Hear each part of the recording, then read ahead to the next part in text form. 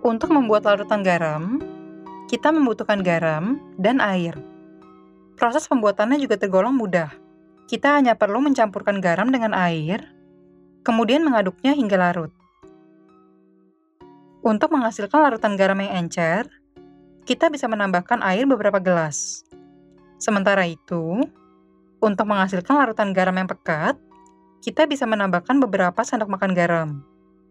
Larutan garam yang encer dan pekat ini memiliki konsentrasi yang berbeda.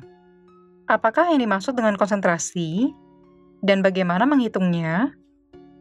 Mari kita simak pembahasannya berikut ini.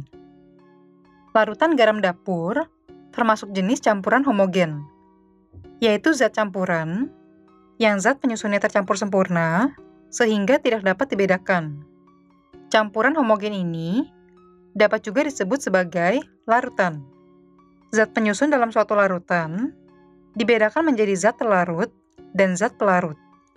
Zat terlarut adalah zat yang dapat larut, sedangkan zat pelarut adalah zat yang melarutkan zat terlarut. Komposisi zat terlarut dan pelarut dalam suatu larutan sangat menentukan keenceran dan kepekatan larutan yang terbentuk.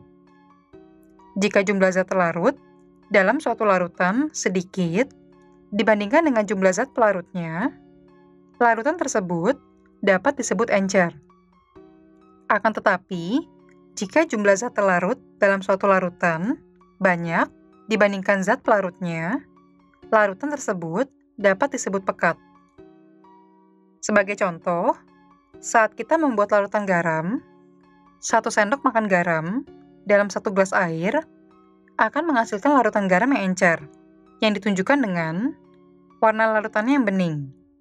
Akan tetapi, jika larutan garam tersebut ditambahkan 5 sendok makan garam, akan terbentuk larutan garam yang pekat, yang ditunjukkan dengan warna larutannya yang keruh keputihan. Larutan garam yang encer dan pekat memiliki konsentrasi yang berbeda.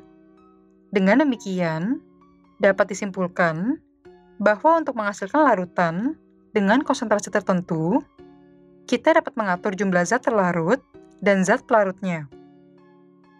Zat terlarut dan zat pelarut dalam suatu campuran homogen atau larutan dapat berfasa padat, cair, atau gas. Berikut ini adalah beberapa contoh jenis larutan berdasarkan fasa zat terlarut dan zat pelarutnya. Konsentrasi larutan. Konsentrasi larutan adalah ukuran yang menggambarkan jumlah zat terlarut dalam larutannya. Secara kuantitatif, konsentrasi dapat dinyatakan dalam beberapa sistem satuan, seperti persen massa, persen volume, ppm, atau parts per million, atau bagian per juta, ppb, atau parts per billion, atau bagian per miliar, kemolaran, kemolalan, dan fraksi mol. Pertama, persen massa. Persen massa menyatakan besarnya massa zat terlarut dalam 100 gram larutannya. Massa larutan dihitung dari penjumlahan massa zat terlarut dan massa zat pelarut. Contohnya, dalam larutan garam 10%, angka 10% menunjukkan bahwa dalam setiap 100 gram larutan garam, terdapat 10 gram serbuk garam. Dengan demikian, larutan garam 10% terdiri atas 10 gram serbuk garam sebagai zat terlarut dan 90 gram air sebagai zat pelarut. Rumus persen massa secara sistematis dituliskan sebagai berikut. Persen massa sama dengan massa zat terlarut dibagi massa larutan dikali 100%. Untuk lebih memahami penerapan persen massa dalam menentukan konsentrasi larutan, perhatikan contoh soal dan pembahasannya sebagai berikut. Contoh soal. Sebanyak 40 gram natrium klorida dilarutkan dalam 460 gram air. Berapa persen massa natrium klorida dalam larutan tersebut? Jawab. Untuk mengetahui persen massa natrium klorida dalam larutan, kita harus menentukan massa larutannya terlebih dahulu dengan cara sebagai berikut. Massa larutan sama dengan massa natrium klorida ditambah massa air. 40 gram ditambah 460 gram, hasilnya adalah 500 gram. Dengan demikian, massa larutannya adalah 500 gram. Setelah massa larutan diketahui, kita dapat menentukan persen massa natrium klorida sebagai berikut. Persen massa natrium klorida sama dengan massa natrium klorida dibagi massa larutan dikali 100%. 40 gram dibagi 500 gram dikali 100%. 0,08 dikali 100%. Hasilnya adalah 8%. Dengan demikian, persen massa natrium klorida dalam 500 gram larutannya adalah 8%. Kedua, persen volume. Persen volume menyatakan besarnya volume zat terlarut dalam 100 ml larutannya. Volume larutan adalah total volume zat terlarut dan volume zat pelarut. Sebagai contoh, dalam larutan alkohol 30%, angka 30% menunjukkan bahwa dalam setiap 100 ml larutannya terdapat 30 ml alkohol. Dengan demikian, 100 ml larutan alkohol 30% terdiri atas 30 ml alkohol sebagai zat terlarutnya dan 70 ml air sebagai zat pelarutnya. Rumus persen volume secara matematis dituliskan sebagai berikut. Persen volume sama dengan volume zat terlarut dibagi volume larutan dikali 100%. Untuk lebih memahami penerapan persen volume dalam menentukan konsentrasi zat, perhatikan contoh soal dan pembahasannya sebagai berikut. Contoh soal, berapa persen volume larutan gula yang terbentuk jika sebanyak 30 ml gula cair dilarutkan dalam 120 ml air? Jawab, untuk mengetahui persen volume gula cair dalam larutan, kita harus menentukan volume larutannya terlebih dahulu dengan cara sebagai berikut. Volume larutan sama dengan volume gula cair ditambah volume air. 30 ml ditambah 120 ml. Hasilnya adalah 150 ml. Dengan demikian, volume larutannya adalah 150 ml.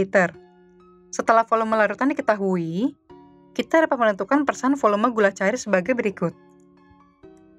Persen volume gula cair sama dengan volume gula cair dibagi volume larutan dikali 100%. 30 ml dibagi 150 ml dikali 100%. 0,2 dikali 100%. Hasilnya adalah 20%. Dengan demikian, persen volume gula cair tersebut dalam 150 ml larutannya adalah 20%. Ketiga, ppm atau parts per million atau bagian per juta. Parts per million atau ppm menyatakan banyaknya bagian zat terlarut dalam 1 juta bagian larutannya.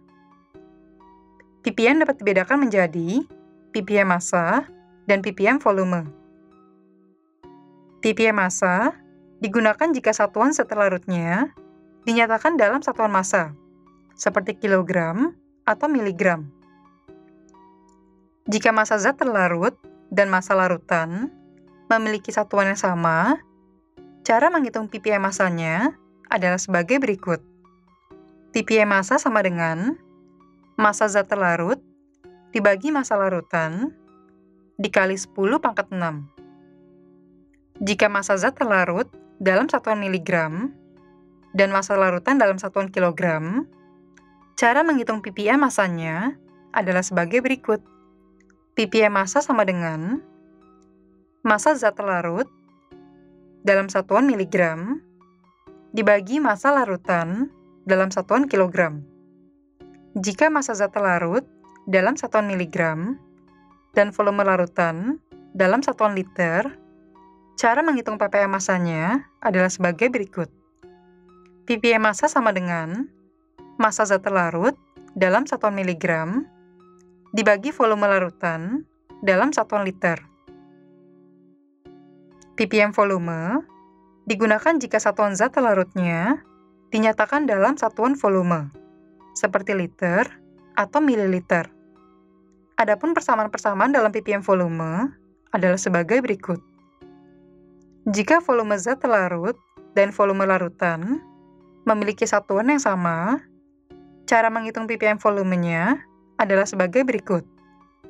ppm volume sama dengan volume zat terlarut dibagi volume larutan dikali 10 pangkat 6. Jika volume zat terlarut dalam satuan mililiter dan volume larutan dalam satuan meter kubik. Cara menghitung ppm volumenya adalah sebagai berikut. ppm volume sama dengan volume zat terlarut dalam satuan mililiter dibagi volume larutan dalam satuan meter kubik. Untuk lebih memahami penerapan ppm dalam menentukan konsentrasi larutan, perhatikan contoh soal dan pembahasannya sebagai berikut. Contoh soal. Udara bersih mengandung gas karbon dioksida sebanyak 0,03%. Artinya, dalam setiap 100 liter udara, terdapat 0,03 liter gas karbon dioksida. Nyatakan konsentrasi gas karbon dioksida tersebut dalam ppm. Berdasarkan contoh soal tersebut, gas karbon dioksida adalah zat terlarut, dan udara adalah larutannya. Dengan demikian, ppm volume dari gas karbon dioksida dapat dihitung dengan cara sebagai berikut. ppm volume gas karbon dioksida sama dengan volume gas karbon dioksida dibagi volume udara dikali 10 pangkat 6. 0,03 liter dibagi 100 liter dikali 10 pangkat 6. 0,0003 dikali 10 pangkat 6. Hasilnya adalah 300 ppm. Dengan demikian, konsentrasi gas karbon dioksida tersebut adalah 300 ppm. Keempat, ppb atau parts per billion atau bagian per miliar. Parts per billion atau ppb adalah satuan konsentrasi larutan yang menyatakan banyaknya bagian dari zat terlarut dalam 1 miliar bagian larutannya. Konsentrasi larutan yang dinyatakan dalam ppb menunjukkan bahwa banyaknya zat terlarut dalam larutannya sangat rendah, bahkan lebih rendah daripada ppm. ppb dapat dibedakan menjadi ppb massa dan ppb volume. ppb massa digunakan jika satuan zat terlarutnya dinyatakan dalam satuan massa, seperti kilogram atau miligram. Adapun persamaan-persamaan dalam ppb massa adalah sebagai berikut. Jika massa zat terlarut dan campurannya memiliki satuan yang sama, cara menghitung ppb massanya adalah sebagai berikut. ppb massa sama dengan massa zat terlarut dibagi massa larutan dikali 10 pangkat 9. Jika massa zat terlarut dalam satuan mikrogram dan larutannya dalam satuan kilogram, cara menghitung ppb massanya adalah sebagai berikut. ppb massa sama dengan massa zat terlarut dalam satuan mikrogram dibagi massa larutan dalam satuan kilogram. Jika massa zat terlarut dalam satuan mikrogram dan volume larutan dalam satuan liter, cara menghitung ppb massanya adalah sebagai berikut. ppb massa sama dengan massa zat terlarut dalam satuan mikrogram dibagi volume larutan dalam satuan liter. ppb volume digunakan jika satuan zat terlarutnya dinyatakan dalam satuan volume, seperti liter atau mililiter. Adapun persamaan-persamaan dalam ppb volume adalah sebagai berikut. Jika volume zat terlarut dan volume larutan memiliki satuan yang sama, Cara menghitung ppb volumenya adalah sebagai berikut. ppb volume sama dengan volume zat larut dibagi volume larutan dikali 10 pangkat 9. Jika volume zat larut dalam satuan mikroliter dan volume larutan dalam satuan meter kubik, cara menghitung ppb volumenya adalah sebagai berikut. ppb volume sama dengan volume zat larut dalam satuan mikroliter dibagi volume larutan dalam satuan meter kubik. Untuk lebih memahami penerapan ppb dalam menentukan konsentrasi larutan, perhatikan contoh soal dan pembahasannya sebagai berikut. Contoh soal. Limbah dari suatu industri penyamakan kulit mengandung 25 mikrogram krom dalam setiap 10 liter larutannya. Tentukan konsentrasi krom dalam satuan ppb. Jawab, ppb massa krom sama dengan massa krom dalam mikrogram dibagi volume larutan dalam liter. 25 mikrogram dibagi 10 liter. Hasilnya adalah 2,5 ppb. Dengan demikian, dalam 10 liter larutan limbah mengandung 2,5 ppb krom. Kelima, kemolaran. Kemolaran atau molaritas menyatakan jumlah mol zat larut dalam 1 liter larutan. Satuan molaritas dinyatakan dalam mol per liter atau M yang dibaca sebagai molar. Secara matematis, molaritas dinyatakan sebagai berikut. Molaritas sama dengan mol zat larut dibagi volume larutan. Mol zat larut diperoleh dari perbandingan antara massa zat larut dan massa atom relatif atau massa molekuler relatif zat larut. Mol zat larut sama dengan massa zat larut dibagi massa molekuler relatif atau massa atom relatif zat larut. Selain itu, mol zat larut juga dapat ditentukan dengan perbandingan jumlah partikel zat larut terhadap bilangan Avogadro yang nilainya 6,02 kali 10 pangkat 23 partikel per mol. Mol zat larut sama dengan jumlah partikel zat larut dibagi bilangan Avogadro sama dengan jumlah partikel zat larut dibagi 6,02 dikali 10 pangkat 23 partikel per mol. Untuk lebih memahami penerapan molaritas dalam menentukan konsentrasi zat, perhatikan contoh soal dan pembahasannya sebagai berikut. Contoh soal. Sebanyak 0,2 liter larutan natrium klorida mengandung 1,806 kali 10 pangkat 22 partikel. Tentukan molaritas dari larutan tersebut. Jawab, sebelum menentukan molaritas larutan natrium klorida, mol dari natrium klorida harus ditentukan terlebih dahulu dengan menggunakan rumus sebagai berikut. Mol natrium klorida sama dengan jumlah partikel natrium klorida dibagi 6,02 dikali 10 pangkat 23 partikel per mol. 1,806 dikali 10 pangkat 22 partikel dibagi 6,02 dikali 10 pangkat 23 partikel per mol. Hasilnya adalah 0,03 mol. Berdasarkan penghitungan tersebut, diketahui mol natrium klorida adalah 0,03 mol. Sehingga, molaritas natrium klorida dapat dihitung menggunakan rumus sebagai berikut. Molaritas natrium klorida sama dengan 0,03 mol dibagi 0,2 liter. Hasilnya adalah 0,15 mol per liter atau sama dengan 0,15 molar. Dengan demikian, molaritas larutan natrium klorida adalah 0,15 molar. Keenam, kemolalan. Kemolalan atau molalitas menyatakan jumlah mol zat larut dalam 1 kg pelarutnya. Satuan molalitas adalah mol per kilogram atau M yang dibaca molal. Secara matematis, molalitas dinyatakan sebagai berikut.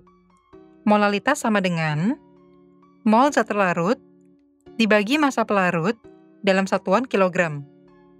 Untuk lebih memahami penentuan konsentrasi zat menggunakan molalitas, perhatikan contoh soal dan pembahasannya sebagai berikut.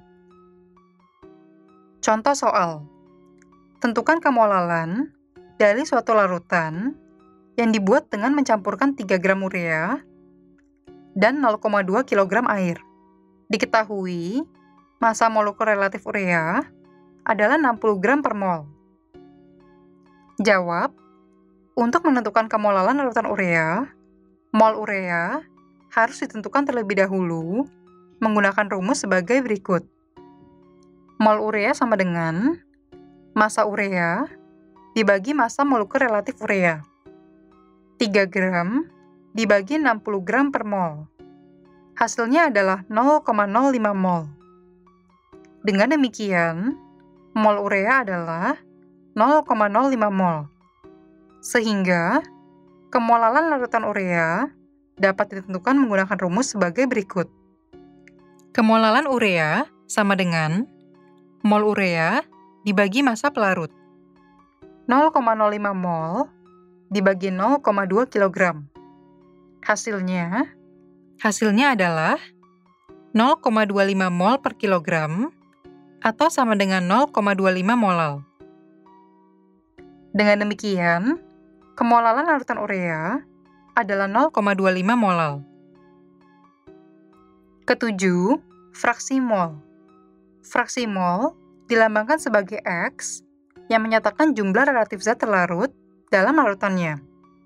Suatu larutan terdiri atas 2 zat, yaitu zat A sebagai pelarut dan zat B sebagai zat terlarut.